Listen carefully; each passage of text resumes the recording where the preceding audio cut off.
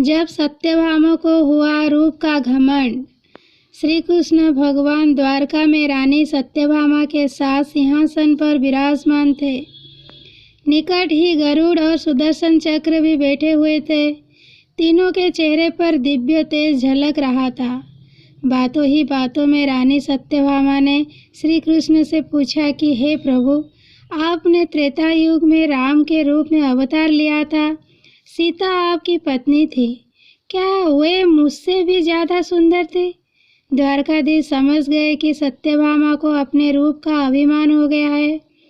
तभी गरुड़ ने कहा कि भगवान, क्या दुनिया में मुझसे भी ज़्यादा तेज गति से कोई उड़ सकता है?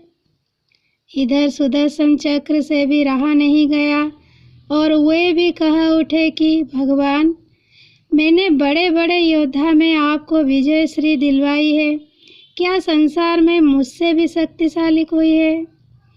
भगवान मन ही मन मुस्कुरा रहे थे। वे जान रहे थे कि उनके इन तीनों भक्तों को अहंकार हो गया है और इनका अहंकार नष्ट करने का समय आ गया है।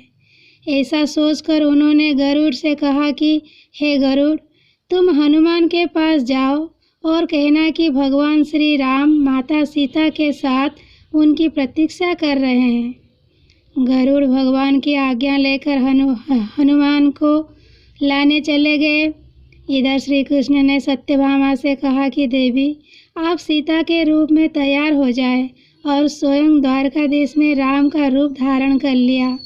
मधुसूदन ने सुदर्शन चक्र को आज्ञा देते हुए कहा कि तुम महल के प्रवेश द्वार पर पहरा दो और ध्यान रहे कि मेरी आज्ञा के बिना महल में कोई प्रवेश न करे।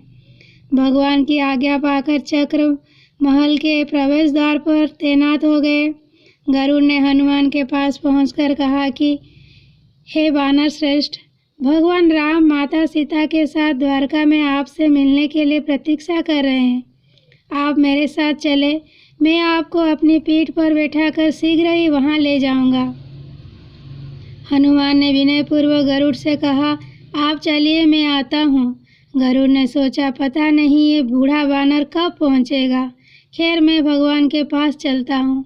यह सोचकर गरुड़ शीघ्रता से द्वारका की ओर उड़े। पर यह क्या, महल में पहुंचकर गरुड़ देखते हैं कि हनुमान तो उनसे पहले ही महल में प्रभु के सामने बैठे हैं। गरुड़ का सिर लज्जा से झुक गया। तभी श्री राम ने हनुमान से कहा कि पवन पुत्र, तुम बिना आज्ञा के महल में कैसे प्रवेश कर गए?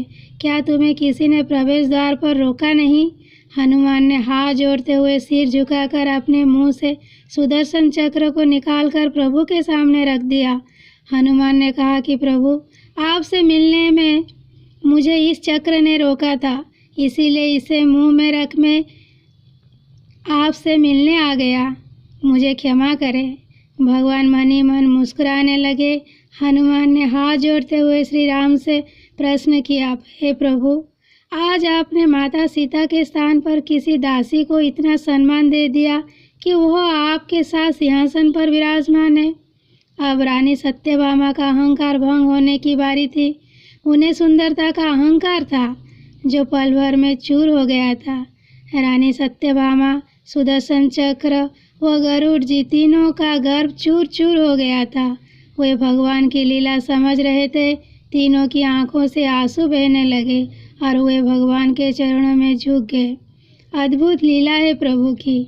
आपने भक्तों के अहंकार को अपने भक्तों के द्वारा ही दूर किया। उन्होंने सार, जीवन में कभी भी अहंकार नहीं करना चाहिए।